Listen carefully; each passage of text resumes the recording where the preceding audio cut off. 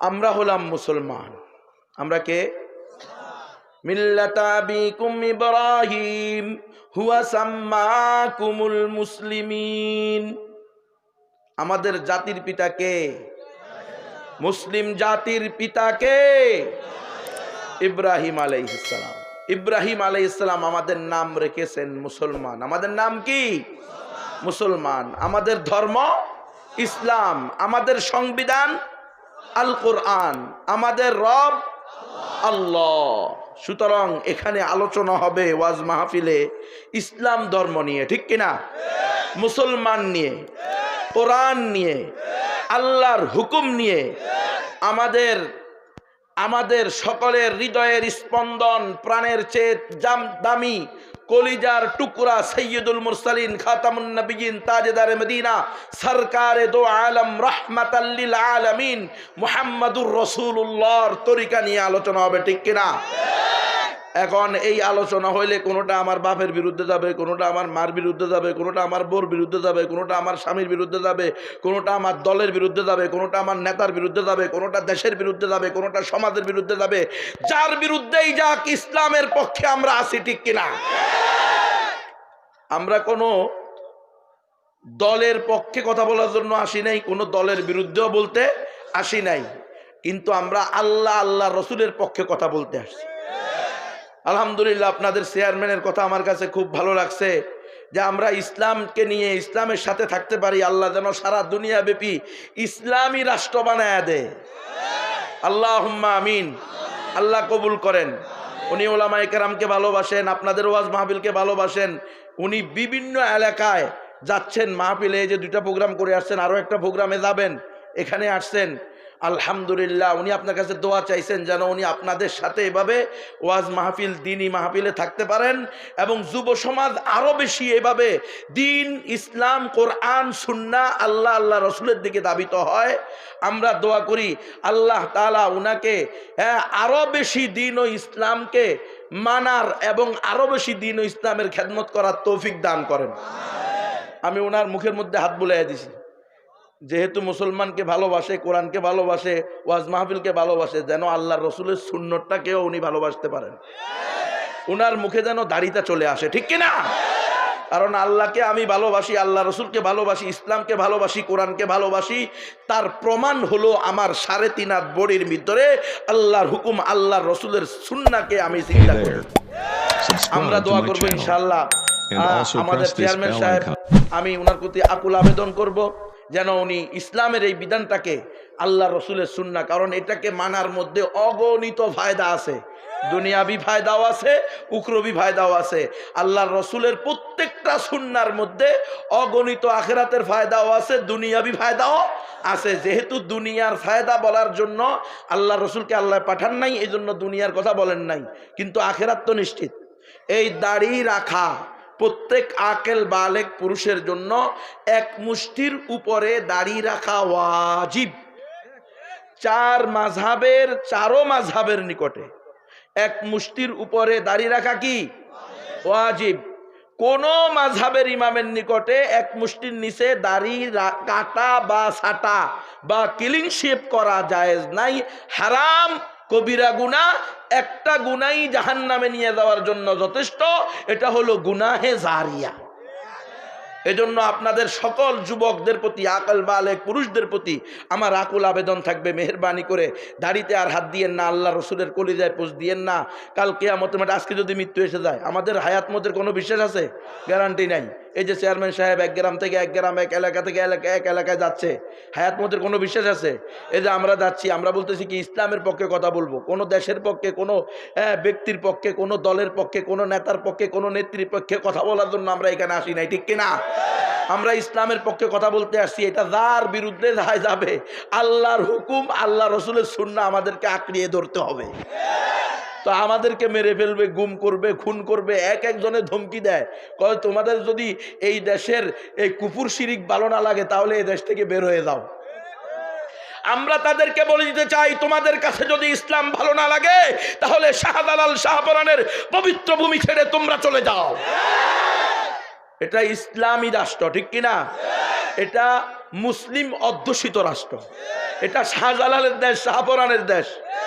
এই দেশ স্বাধীন হয়েছে ইস্ট ইন্ডিয়া কোম্পানি থেকে মৌলবাদীদের রক্তের বিনিময়ে, মৌলবীদের রক্তের বিনিময়ে। মৌলবাদী মানে যারা মূলের সাথে আছে। মূলকে আল্লাহ, মূল হলো ইসলাম, মূল হলো সাইয়্যিদুল মুরসালিন, মূল হলো ইসলামী শরিয়া। আমরা মূলের সাথে আছি, ঠিক না রে? এই কারণে আমাদেরকে মৌলবাদী দিল আমাদের গায়ে লাগে না, কারণ আমরা মূলের সাথে থাকতে চাই। মূল বাদ দিয়া ফরা ঢালের সাথে থাকতে চাই না। আমরা কোরআন, হাদিস, ইজমা, কিয়াস এর উপরে জীবন কোরবান করতে চাই। আমরা গণতন্ত্র, সমাজতন্ত্র, জাতীয়তাবাদ, ধর্মনিরপেক্ষতাবাদ নামক কুফুরি শিরিকি মতবাদের জন্য নিজেদের কোনো ধরনের ইমানের কমতি মেনে নিতে পারি না।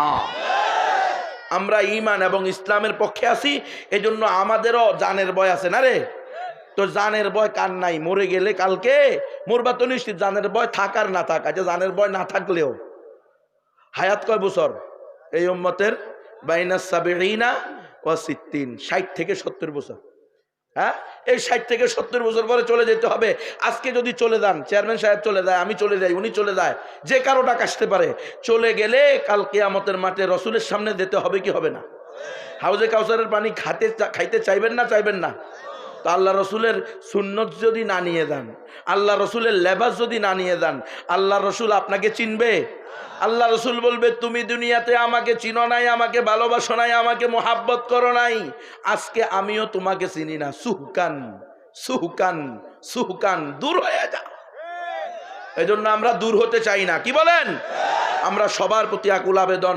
চেয়ারম্যান সাহেবও আমাদের ভাই, উনি একজন মুসলমান, নিজেকে উনি মুসলমান বলছেন না, উনি ইসলামকে ভালোবাসেন, বলছেন কি না? মাথায় টুপি আছে। চেয়ারম্যান সাহেবের প্রতিও আমার আকুল আবেদন থাকবে, 3.5 হাত বড়ির মধ্যেও ইসলামকে জিন্দা করেন। প্রধানমন্ত্রীর কাছেও আমাদের আকুল আবেদন থাকবে, 3.5 হাত বড়ির মধ্যে ইসলাম জিন্দা করেন। এমপি, মন্ত্রী, চেয়ারম্যান সবার কাছে আমাদের একই দাওয়াত, কারণ আমরা হলাম নবীর ওয়ারিস। নবীর ওয়ারিসরা কোনো ব্যক্তি কেন্দ্রিক হতে পারে না, কোনো সমাজ কেন্দ্রিক হতে পারে। আমরা হলাম, আমাদের নবী হলো ওয়ামা আরসালনাকা ইল্লা কাফাতাল লিন্নাসি বাশীরাও ওয়া নাযীরা। আল্লাহ বলতেছেন, ও আমার হাবিব, আমি আপনাকে কোনো ব্যক্তির জন্য, কোনো গোষ্ঠীর জন্য, কোনো দেশের জন্য, কোনো সীমিত সময়ের জন্য পাঠাই নাই। আপনাকে পাঠিয়েছি আজ থেকে নিয়ে কিয়ামত পর্যন্ত আনেওয়ালা সমস্ত মানুষের জান্নাতের সুসংবাদদাতা আর জাহান্নাম থেকে ভীতি প্রদর্শনকারী হিসেবে। অর্থাৎ আমার রসুল হলেন বিশ্ব রসুল, আমার রসুল হলেন বৈশ্বিক রসুল। আমরা হলাম সেই রসুলের ওয়ারিস। আল উলামাউ ওয়ারাসাতুল আম্বিয়া। এজন্য আমাদের দায়িত্ব হলো সমস্ত মানুষকে দ্বীনের দাওয়াত দেওয়া। প্রধানমন্ত্রী থেকে নিয়ে মুচি, মুচি থেকে নিয়ে প্রধানমন্ত্রী, সর্বোচ্চ থেকে সর্বনিম্ন, সর্বনিম্ন থেকে সর্বোচ্চ, সকলের প্রতি কোরআনের দাওয়াত, ইমানের দাওয়াত, ইসলামের দাওয়াত সমান। এজন্য আমাদের নাহলে কালকে আমাদের মাঝে ধরা খেয়ে যাবো। চেয়ারম্যান সাহেব প্রশংসা করলেন, আসলেন, মুসাফা করলেন, আদব দেখাইলেন, কি বলেন? সম্মান দেখান নাই? তাহলে কালকে আমাদের মাঝে চেয়ারম্যান সাহেব বলবো, আল্লাহ আমার দাঁড়িয়ে ছিল না, হুজুর তো দেখছে, কিন্তু হুজুর আমার ওয়াজ করে নাই। হুজুরে চিন্তা করছে চেয়ারম্যানের ওয়াজ করলে না জানি আমার ওয়াজ বন্ধ হয়ে যায়। কি বলেন? আল্লাহকে ভয় করতে হবে, কোনো চেয়ারম্যানকে ভয় করা যাবে না, ঠিক কিনা? কোনো এমপি মন্ত্রীকে ভয় করা যাবে না। ভয় করবে কাকে? আল্লাহকে। আমরা আল্লাহর জন্য কথা বলি, ঠিক না? আমরা গণতন্ত্রের জন্য কথা বলি না, সমাজতন্ত্রের জন্য বলি না, কুফর শিরিকের জন্য বলি না, ঈমান তাওহীদের জন্য বলি। এজন্য আমাদেরকে সকলকে মুসলমান হইতে হবে। খুব ভালো লাগলো যুবকদেরকে উনি আহ্বান করেছেন, আসো ইসলামের পথে আসো, ঘুষ ছাড়ো, সুদ ছাড়ো, ইয়াবা ছাড়ো, গাঁজা ছাড়ো, ডাইল ছাড়ো, বাবা ছাড়ো, ঠিক না রে? বাবারে সাইডে আল্লাহরে ধরো, কারণ বাবা টাবা কেউ তোরে মুক্তি দিতে পারবে না। মুক্তি দিবে কে? বাবা। বুঝেননি? ইয়াবা সমাজের রন্ধ্রে রন্ধ্রে ঢুকে গেছে। সাবধান যুবকেরা। এই যে উনি বলেছেন, তোমরা এই যুব সমাজের উদ্যোগে, এই যুব সমাজদের থেকে শিক্ষা গ্রহণ করো। ফাতাবিরু ইয়া উলিল আলবাব। যারা জ্ঞানী তারা নিজেদের আশপাশ, সোসাইটি, ব্যক্তি, সমাজ, রাষ্ট্র, ভিন দেশ, পাশের দেশ, পাশের সমাজ, প্রতিবেশী থেকেও অনেক সময় শিক্ষা গ্রহণ করতে পারে কি পারে না? আরে বেয়াদব থেকেও আদব শিখে দেয়। যে বেয়াদবি যেই কাজ করার কারণে সে বেয়াদব হয়েছে, সেই কাজ না করলেই তো আমি মুআদ্দাব। কথা বলেন নাই? এজন্য যুবকেরা গ্রহণ করো, যারা আসো সকলে নিয়ত করো, আকেল বালেক প্রত্যেকে দাড়ি রেখে দিবা। কারা কারা তৈরি হচ্ছে হাত তোলো আজ থেকে, যে ইনশাল্লাহ আমরা আর দাড়ি কাটবো না। আল্লাহ আপনি যুবকদেরকে হিম্মত দান করেন, তৌফিক দান করেন। আল্লাহ আমাদের চেয়ারম্যান সাহেব নিয়ত করেছে, তাকেও কবুল করেন। হাত বুলিয়ে দিয়েছি, আল্লাহ আজ থেকে আর দাড়ি না কাটাকে সেই তৌফিক দান করেন। আল্লাহ তার দিলের নেক মাকসাদ পুরা করে দেন, দুনিয়া ও আখিরাতের কামিয়াবি দান করেন। ভাই আমরা কি জন্য বলি জানেন? আমরা আখিরাতে কিছু পাইতে চাই, আমাদেরও উদ্দেশ্য কিছু পামো। কোথায়? দুনিয়াতে না বেটা, আখিরাতে চাই। এই ভাই যদি দিনের উপরে আসে, ইসলামের উপরে আসে, চেয়ারম্যান সাহেব আল্লাহওয়ালা হয়ে যায়, তাহলে আমার লাভ না ক্ষতি? আমি আখিরাতে আল্লাহর কাছে, আল্লাহ আমি 2-4টা কথা বলছি, আল্লাহ কোনো তো আর কিছু ছিল না আমার, এই ভাই কথার উসিলায় আপনার রসুলের সুন্নতকে ভালোবাসছে, আল্লাহ রসুলের দিনকে ভালোবাসছে, আল্লাহ রসুলের তরিকাকে ভালোবাসছে। আদাল্লু আলাল খাইরি কাফাইলিহি, যারা ভালো কাজের দিক নির্দেশনা করবে তারা ভালো কাজ করনেওয়ালাদের ন্যায় সওয়াব পাবে। আল্লাহু আকবার। এর অর্থ কি উনার সওয়াব কমে যাবে? না, উনার সওয়াব উনাকে দেওয়া হবে। আরে আল্লাহর কাছে কি কম আসেনি? ওমা কানা আতাউ রাব্বিকা মাহযুরা। আরে বেওকুফ, আল্লাহকে তোরা অপারগ মনে করিস কেন? আল্লাহর দান কি সীমাবদ্ধ নাকি? না। মাহমুদ হাসান গুনবী চেয়ারম্যান সাহেব একবারের বেশি, 2বার গেলে 3বার গেলে 70 ভাই তুই প্রতিদিন আসস, ঘটনা নাকি? তো সপ্তাহে সপ্তাহে তুই কি ছাড়বি না আমারে? এতবার কেন আসিস? এই কয়। আর আল্লাহ কয় মাল্লাম ইয়াসআলিল্লাহ ইয়াগদাব আলাইহি, যে আল্লাহর কাছে বেশি বেশি চায় না, আল্লাহ তার উপরে রাগান্বিত হয়। আল্লাহু আকবার। অথচ আল্লাহ সব কিছুর মালিক, কুল কায়নাতের মালিক। আল্লাহর কাছে কোনো অভাব আছে? অভাব নাই। আর আমাদের অভাবের শেষ আছে? কি টাকা পয়সার মালিক হয়েছে? এক ফোড়া হইলে, আমার আব্বা অসুস্থ হয়েছে গত মাসে, এক হাসপাতালে নিয়ে ভর্তি করছি, একদিনে কয়েক লাখ টাকা বিলাইছে। কত রে? রাত্রে কয় 99,600 কত টাকা হয়েছে? কাম হয়েছে নিয়ে এবার দিনে 1 লাখ টাকা। দেশের কতজন মানুষে পারবে এটা করতে? এটা কঠিন না? আশ্চর্য হয়ে গেছি আমরা ভাই বোন সবাই, কি করে একদিনে বলে 1 লাখ টাকা। আমার আব্বা দুনিয়া থেকে চলে গেছেন 2 সপ্তাহ আগে, আল্লাহ তাকে জান্নাতের আলা মাকাম দান করেন। আপনারা দোয়া করবেন, আমরাও চলে যাব। ওনার প্রায় 90 বছর বয়স হয়েছে আমার আব্বার, মারা গেছেন স্বাভাবিক অসুস্থ হয়ে। তো কিসের আমরা, আমাদের কাছে আছে কি যেখানে একদিনে আসে কত? 1 লাখ টাকা? উপায় আছে? তো তাহলে আমাদের কাছে কত চাইলে আমরা কত দিতে পারবো? চেয়ারম্যান সাহেবের কাছে কত চাইলে কত দিতে পারবো? কিন্তু যিনি সকল খাজানার মালিক, ঠিক কিনা, যার কাছে কোনো কমতি নাই, কোনোদিন কমতি হওয়ার সুযোগ নাই, তার কাছে না চেয়ে আমরা কি চাই? আমার মতো আরেক মিসকিনের কাছে চাই। এক মিসকিন আরেক মিসকিনের চাইলে লাভটা কি? ঠিক না রে? চাইতে হবে কার কাছে? আল্লাহু গানিয়্যুন ওয়া আনতুমুল ফুকারা। ধনীকে আল্লাহ, আমরা সব হলাম ফকির মিসকিন, ঠিক কিনা? এজন্য আল্লাহর কাছে চাইবো। আমরা কার কাছে চাইবো? আল্লাহর কাছে। আল্লাহ তাআলা যেন আমাদেরকে দুনিয়া আখিরাতের কামিয়াবি দান করে। আমি আপনাদের সামনে একটি আয়াত, একটি হাদিস পাঠ করেছি। আল্লাহ তৌফিক দিলে এই আয়াত এবং হাদিসের মাধ্যমে 2-4টি কথা বলে আজকের মতো আলোচনা শেষ করব। গভীর রাত্র পর্যন্ত জাগ্রত থাকা আসলে ভালো না, এটা সুন্নতের খেলাফ। কৌদুর তো আপনি তো সুন্নতের খেলাফ কাম করতেছেন, তো আমি করলে কি এটা দায় যাবেন বেটা? আমি করলেও যেটা সুন্নতের খেলাফ সেটা খেলাফ। কথা আমার বিরুদ্ধে গেলেও বলতে হবে। কথা বোঝেন নাই? কথা হুজুর আর আসি না, আসবো না, অসুবিধা কি? কোনো টেনশন করিয়েন না, ইনশাল্লাহ। এই আজকে আসছি, জীবনে আর আসার কোনো নিয়ত নাই।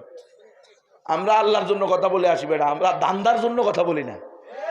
কথা বুঝছেন কি না? কথা হবে স্পষ্ট। শুনতে রাজি আছেন তো? হ্যাঁ।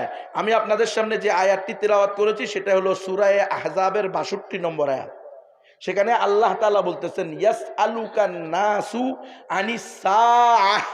এ আমার হাবিব, আপনার নিকট আমার বান্দা বান্দিরা কিয়ামত সম্পর্কে প্রশ্ন করে। ওগো আমাদের রসুল, ওগো আল্লাহর হাবিব, আপনি বলতেছেন কিয়ামত কায়েম হবে, কিয়ামত আসবে। আনিস সাআহ, কবে হবে সেটা? আরে জিগায় রে, রসুলের জিগায় কিয়ামত কবে হবে। আমাদেরকে আজকে বিভিন্ন জনের কয় হুজুর, যেই পরিস্থিতি উলামায়ে কেরামের বিরুদ্ধে, ইসলামের বিরুদ্ধে, কোরআনের বিরুদ্ধে নাস্তিকরা যেভাবে গজাইতেছে, 71 টিভিতে মুরগি ছোড়া যেভাবে উঠতেছে, হুজুর কিয়ামত কবে আসবে? কয় না রে হুজুর, কিয়ামত কবে হবে? আল্লাহর কেমনে, আল্লাহর কিভাবে আল্লাহ তাআলা কি করতেছেন, সহ্য করতেছেন? কয় না রে মানুষ? এত জুলুম, এত অন্যায়, আলেম ওলামাকে হত্যা করতেছে, আলেম ওলামারে গালি দিতেছে, ইসলামের বিরুদ্ধে কটাক্ষ করতেছে, আল্লাহ রসুলের দুশ্মনী করতেছে, আল্লাহ রসুলের ব্যঙ্গচিত্র করতেছে, আল্লাহর গজব আসে না কেন? কিয়ামত কবে কায়েম হবে কয় না অনেকে? তো এটা আজকে নতুন না, এটা স্বয়ং রসুলের জামানায় রসুলকে প্রশ্ন করতেছে, আল্লাহ রসুলের পক্ষ থেকে উত্তর দিতেছে, রসুলকে শিখে দিতেছে। উত্তর দেন,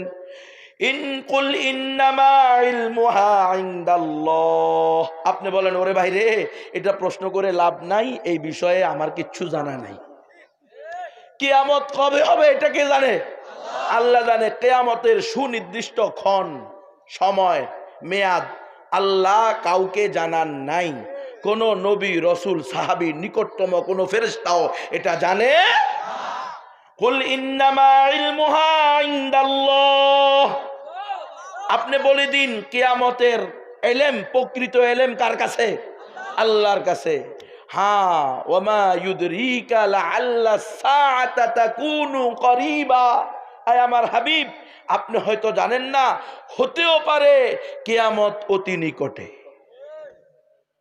কিয়ামতের কথা আপনি জানেন না, আল্লাহ জানে, কিন্তু সেটা আবার এরকম মনে করেন না কিয়ামতের এখনো কোটি কোটি কোটি বছর বাকি আছে। গত 2 বছর আগে একজনে আমারে কয়, আপনাকে কে বলছে কিয়ামত কাছে হয়ে গেছে? আমি বললাম, হুজুর, যে পরিস্থিতি চলতেছে সারা বিশ্বব্যাপী, কিতাবুল ফিতান পড়লে, কিয়ামতের আলামত সম্পর্কে গবেষণা করলে, কিয়ামতের আলামত সম্পর্কে যে সকল আয়াত আর হাদিস আর আসার আছে, এগুলোর দিকে তাকাইলে মনে হয় যেন কিয়ামত বেশি দূরে নাই। উনি আমারে ধমক দিয়া কয়, কে বলছে আপনাকে কিয়ামতের এখনো কোটি কোটি কোটি কোটি বছর বাকি আছে? 4 বার কয় কোটি। দেখছেন নি অবস্থা? অথচ আল্লাহ রসুলের এক হাদিসে আছে এই উম্মতের হায়াত হবে 1000 বছর, আর এক হাদিসে আছে এই উম্মতের হায়াত হবে 500 বছর, দুটো মিলাইলে হয় 1500 বছর। অলরেডি আল্লাহ রসুল চলে যাওয়ার পরে 1452 বছর শেষ। এরপরেও বলে কোটি কোটি কোটি বছর বাকি আছে। কিভাবে বলে এই কথাগুলো?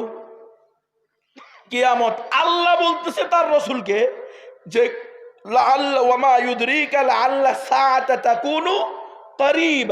আপনি তো জানেন না যে হতে পারে কিয়ামত অতি নিকটে আছে। তো আল্লাহ রসুল, আর আল্লাহ রসুল বলছেন, বইস্তু আনা ওয়া সাআহ কাহাতাইন, আমি আর কিয়ামত আসছি এমন।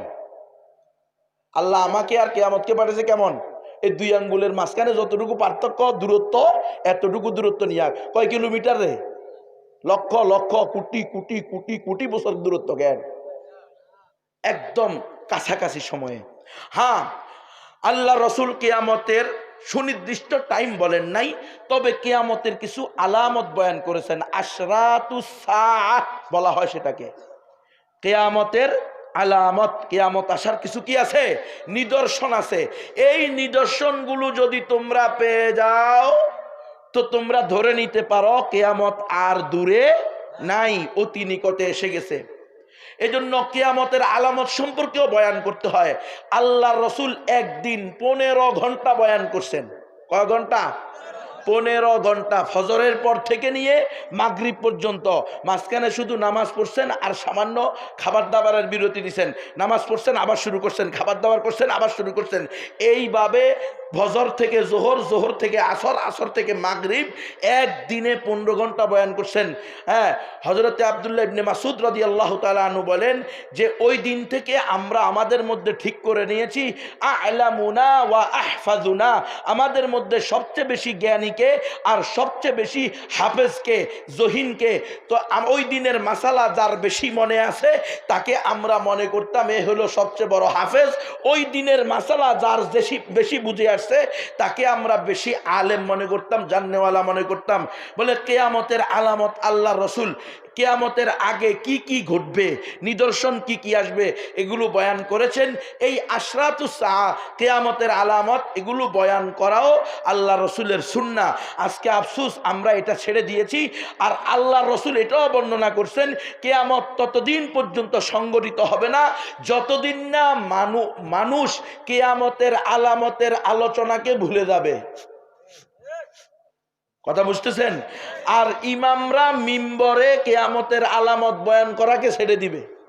লা তাকুমুস সাআতু হাত্তা ইয়াজহালান নাসু যিকরাহু ওয়া ইয়াতরুকাল আইম্মাতু যিকরাহু আলাল মানাবির। ততদিন পর্যন্ত কিয়ামত কায়েম হবে না যতদিন পর্যন্ত মানুষ আমভাবে কিয়ামতের আলোচনাকে ভুলে যাবে না এবং ইমামরা কিয়ামতের আলামতের আলোচনা মিম্বর থেকে ছেড়ে দিবে না।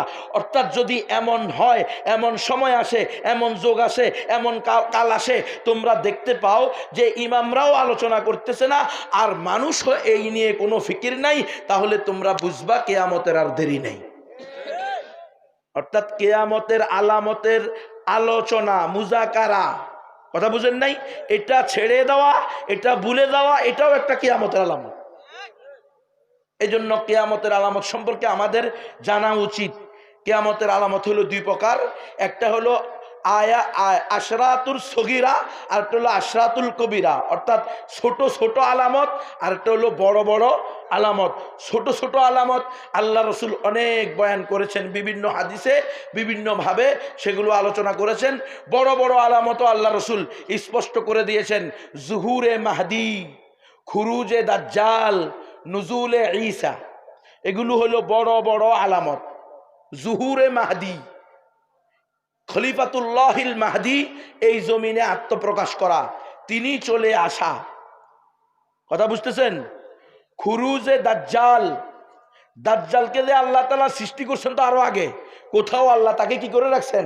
পৃথিবীর কোন ভূখণ্ডে আল্লাহ তাকে আটকায় রাখছেন কুদরতি ভাবে, যে কোনো ভাবে এই দাজ্জাল ওই জায়গা থেকে বের হয়ে আসবে। জুহুরে মাহদি, নুজুলে ঈসা, এরপরে ঈসা আলা নবিয়িনা আলাইহিস সালাতু ওয়াস সালাম, ঈসা আলাইহিস সালাম কি ইন্তেকাল করছেন? করেন নাই। খ্রিস্টানরা কয় উনাকে হত্যা করা হয়েছে, ইহুদিরা কয় আমরা তাকে হত্যা করছি। খ্রিস্টানরা কয় ইহুদিরা কি করছে? মেরে ফেলছে। আল্লাহ কয় ডাহা মিছা কথা, কোনোটাই হয় নাই। ওয়ামা কাতালুহু ওয়ামা সালাবুহু বাল রাফাহুল্লাহ, ইহুদিরা তাকে হত্যাও করতে পারে নাই, শুলিতেও চড়াইতে পারে নাই, বাল রাফাহুল্লাহ, আল্লাহ তাকে কি করছেন? তার কাছে উঠাইয়া নিছেন। চতুর্থ আসমানে উনি আছেন, আসমানে কোনো এক আসমানে আল্লাহ তাকে রাখছেন। কিয়ামতের পূর্বে তিনি আবার আসবেন। নুজুলে ঈসা, ঈসা আলাইহিস সালামের নাজিল হওয়া, এটাও কিয়ামতের বড় বড় আলামত সমূহের মধ্যে অন্যতম। এরপরে দাব্বাতুল আরদ, জমিন থেকে এক ধরনের ভয়ঙ্কর প্রাণী, জীব জন্তু বের হবে, এটাও কিয়ামতের আলামত। দাব্বাতুল আরদ, আর সূর্য পূর্ব দিক থেকে উঠে নাকি? এখন কোত্থেকে উঠে? পূর্ব দিক থেকে। কিয়ামতের একদম আগ মুহূর্তে সূর্য উঠবে পশ্চিম দিক থেকে। আল্লাহ রসুলের হাদিস হলো, যখন দাব্বাতুল আরদ আর সূর্য, দাব্বাতুল আরদ আত্মপ্রকাশ করবে, আসবে, দাব্বাতুল আরদ জমিন থেকে বের হয়ে আসবে, আর সূর্য পশ্চিম দিক থেকে উঠা শুরু হবে, তখন আর কারো তওবা কবুল হবে না। খবরদার নাস্তিকের বাচ্চারা, ইসলামের শত্রুরা, মুসলমানের শত্রুরা, কোরআনের শত্রুরা, ওলামায়ে কেরামের গালিদাতারা, এখনো সময় আছে, তওবা কর।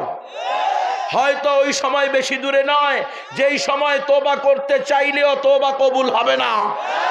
ফেরাউনের মতো গালের ভিতরে আল্লাহ মাটি ঢুকাইয়া দিব, তওবা করতে পারবি না। এই জন্য সময় আছে। আল্লামা জুনায়েদ বাবুনগরের গালি দিস না, তওবা কর, কান্নাকাটি কর আল্লাহর কাছে, বাবুনগরের কাছে গিয়ে মাফ চা। শীর্ষস্থানীয় ওলামায়ে হক্কানি রব্বানির সাথে বেয়াদবি করিস না, করিস না, করিস না। আমরা বলে যাচ্ছি, আমাদের কথা তোদের কাছে ভালো লাগুক আর না লাগুক, খোদার কসম, যদি ওলামায়ে হক্কানি রব্বানির সাথে বেয়াদবি করো, ওলামায়ে হক্কানি রব্বানিকে আলেম হওয়ার কারণে গালি দাও, কোরআনের ধারক বাহক হওয়ার কারণে গালি দাও, তো ফতুয়ায়ে শামী, ফতুয়ায়ে হিন্দিয়া সহ প্রায় সকল ফতুয়ার কিতাবে মুফতিয়ানে কেরাম সিদ্ধান্ত লিখে গেছেন, যারা আলেমদেরকে আলেম হওয়ার কারণে গালি দিবে, শত্রুতা বিদ্বেষ পোষণ করবে, তারা প্রত্যেকে মুরতাদ হয়ে যাবে, তাদের স্ত্রীগুলো অটো তালাক হয়ে যাবে। তালাক দেওয়া লাগবে না, 3 তালাক বলার দরকার নেই, অটো তালাক। তারা মারা গেলে তাদের জানাজা পড়ানো যাবে না। এবার খেলো তোমরা, ঠিক না রে? খেলা হবে, খেলা আমরাও দেখবো ইনশাল্লাহ কি কি হয়। আমরা ইনশাল্লাহ তোদের জানাজা যাবো না, ঠিক না রে? আমরা না গেলে তৌহিদবাদী মুসলমানরাও যাবে না। শুকুর কুকুরের মতো তোদের লাশ 2 মাস 3 মাস 6 মাস পর্যন্ত শুকুর কুকুরে খাবে, ঠিক কিনা? দুনিয়াতে শাস্তি শুরু হয়ে যাবে, আখিরাতে তো আছেই। শরীয়তের বিধান এটা। যারা মুরতাদ হয়ে যাবে তাদের জানাজা পড়া যাবে না। কারা কারা আলেম ওলামাদেরকে গালি দেয় এদের লিস্ট করে মসজিদের সামনে লটকাই দিবেন। এরা আলেমদেরকে গালি দিয়েছে কোরআন হাদিস অনুযায়ী ফতুয়া দেওয়ার কারণে, এই কারণে এরা সব মুরতাদ হয়ে গেছে, এদের বিবাহ ভেঙে গেছে। এরা যদি এর পরেও স্ত্রীর সাথে আল্লামার কাছে গিয়ে তওবা করে বিবাহ ঠিক না রাখে, ঈমান এনে, তাহলে এদের জারজ সন্তান হবে। জারজ সন্তান হলে আল্লাহর গজব আসবে। আল্লাহর গজব আসলে গর্তের পিপিলিকা থেকে সমুদ্রের মাছ পর্যন্ত এদের জন্য বদদোয়া করবে। কোনো মুসলমানের জন্য এদের জানাজা পড়া জায়েজ নাই। এবার তোমরা খেলো, ঠিক আছে নি? ইসলামের মাসালা পরিষ্কার থাকতে হবে। মাসালার ব্যাপারে কোনো ছাড় নাই। ওলামায়ে হক্কানি রব্বানির দায়িত্ব কুফুরের বিরুদ্ধে বলা, শিরিকের বিরুদ্ধে বলা, মূর্তির বিরুদ্ধে বলা, ভাস্কর্যের বিরুদ্ধে বলা, এটা ওলামায়ে কেরামের ঈমানি দায়িত্ব। এটা আল্লাহ প্রদত্ত দায়িত্ব, আল্লাহ রসুল প্রদত্ত দায়িত্ব, ইসলামী শরিয়া প্রদত্ত দায়িত্ব। আমাদের জান গেলেও আমরা এই ফতুয়া দিব, আমাদের রাষ্ট্রদ্রোহী মামলা হলেও আমরা এই ফতুয়া দিব, আমাদেরকে গুম খুন করলেও আমরা এই একই ফতুয়ার উপরে অটল থাকব। ফতুয়া এটাই, মানলে মান, না মানলে তুই বেঈমান, ঠিক কিনা? আমাদের দায়িত্ব আমরা পালন করা। আমরা আল্লাহকে ভয় পাই, আমরা আল্লাহর আযাবকে ভয় পাই, আমরা ওই দিনকে ভয় পাই যেই দিনের বিচারের ব্যাপারে আল্লাহ বলে দিয়েছে ইন্না বাতশা রাব্বিকা লাশাদীদ। আমরা আল্লাহর পাকড়াওকে ভয় পাই, ঠিক কিনা? এই দুনিয়া তো ভালো থাকলেও আছে, খারাপ থাকলেও আছে, 60-70 বছর পরে আর খুঁজে পাওয়া যাবে না। সুতরাং আমরা এই দুনিয়ার জন্য আখিরাতকে বরবাদ করতে পারি। ওয়াল আখিরাতু খায়রুন ওয়া আবকা, আখিরাত হলো উত্তম এবং চিরস্থায়ী। এজন্য আমরা আখিরাতকে প্রাধান্য দিব। ফালিয়াতানাফাসিল মুতানাফিসুন, আমরা প্রাধান্য দিব কাকে? আখিরাতকে। এটা আমাদের ঈমানি দায়িত্ব। খবরদার মায়েরা, নিজের ছেলে মেয়েকে মুসলমান বানান, নিজে মুসলমান হন, ইমানদার হন। আপনার ছেলে মেয়ে যদি আলেম ওলামাদেরকে গালি দিয়ে মুরতাদ হয়ে যায়, কাল কিয়ামতের মাঠে আপনার ঘাড়ের উপরে পাড়া দিয়ে আপনার ছেলে মেয়ে জাহান্নামে যাবে। নাজআলহুমা তাহতা আকদামিনা, আপনার ছেলে মেয়ে আল্লাহকে বলবে, আল্লাহ আমাদের বাপ মা জেনে বুঝে আমাদেরকে মুসলমান বানায় নাই, কোরআনওয়ালা বানায় নাই, হাদিসওয়ালা নাই, নবীওয়ালা বানায় নাই, আল্লাহওয়ালা বানায় নাই। এরা আমাদেরকে জেনে বুঝে আওয়ামী লীগ বানাইছে, বিএনপি বানাইছে। এরা জানে এগুলাতে গেলে নাস্তিক হয়ে যাইতে পারে, মোরতাদ হইতে পারে। ওলামায়ে কেরাম চিল্লাইয়া চিল্লাইয়া, দাঁড়ে দাঁড়ে, বারে বারে, জুমার বয়ানে, আন্তর্জাতিক মহাসম্মেলনে, শাহনে রিসালত সম্মেলনে, নবী সম্মেলনে, হালকায় জিকিরে, দাওয়াত তবলিগের হালকায়, ঘরে ঘরে গিয়ে, বারে বারে গিয়ে বুঝাইছে, খবরদার মা, খবরদার বাবা, ছেলে মেয়েকে মুসলমান বানাও, ইমানদার বানাও, কালিমাওয়ালা বানাও, তাওহীদবাদী বানাও, মুশরিক বানায়ও না, নাস্তিক বানায়ও না, মুরতাদ বানায়ও না, দইয়ুস বানায়ও না। আমাদের মা বাবারা শুনেও শুনে নাই, বুঝেও বুঝে নাই, আমাদেরকে শুধু দুনিয়ার উদ্দেশ্যে নাস্তিক এবং মুরতাদ বানানোর কারখানায় পাঠাইছে, আলেম ওলামার সোহবতে দেয় নাই। আজকে যদি জাহান্নামে যেতে হয়, বাপ মায়ের ঘাড়ের উপরে পাড়া দিয়ে যাব। আপনার ছেলে মেয়ে যখন আপনার ঘাড়ের উপরে পাড়া দিবে, আপনি কি জান্নাতে থাকবেন? খেলো এবার বই বই, রাস্তা ক্লিয়ার করে দিই না রে, এবার খেলো, কত খেলতে পারো, রাস্তা ক্লিয়ার রাখবেন ইনশাআল্লাহ। আল্লাহ আমাদেরকে বুঝার তৌফিক দান করেন। আল্লাহ রসুল বলেছেন, কেয়ামত সম্পর্কে আমি জানি না, এটা আল্লাহ জানে, তবে কেয়ামতের আলামত সম্পর্কে আমি তোমাদেরকে কি দিতে পারি? কিছু নির্দেশনা দিতে পারি। তো কেয়ামতের বড় বড় আলামতের ভিতরে অনেকগুলো আলামত আছে, এর মধ্যে বিশেষভাবে 5টা আমি আপনাদের সামনে তুলে ধরেছি। জুহুরে মাহদি, খুরুজে দাজ্জাল, নুজুলে ঈসা, খুরুজে দাব্বাতুল আরদ, আর হলো সূর্য পশ্চিম দিক থেকে উঠা।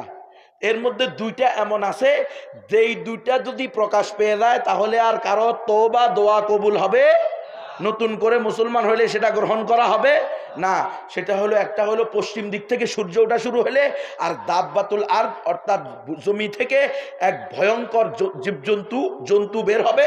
ওটা বের হওয়ার পরে আর এই দুটা কাছাকাছি সময় হবে, একটা সকালে হবে একটা বিকালে হবে, অথবা একটা বিকালে হবে একটা সকালে হবে, এই দুইটা একই সাথে কাছাকাছি সময় হবে। এরপরে আর দোয়া কবুল হবে না।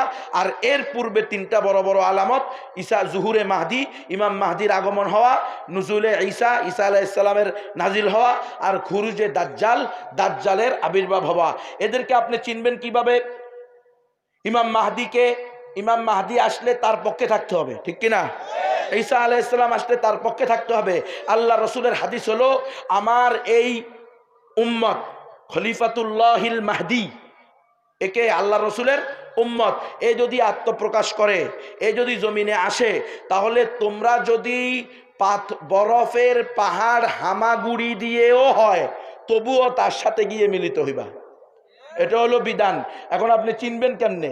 আল্লাহ রসুল বলছেন বিভিন্ন রেওয়ায়াত দ্বারা যেটা বুঝে আছে, তার নাম আল্লাহ রসুলের নামে নাম হবে। তার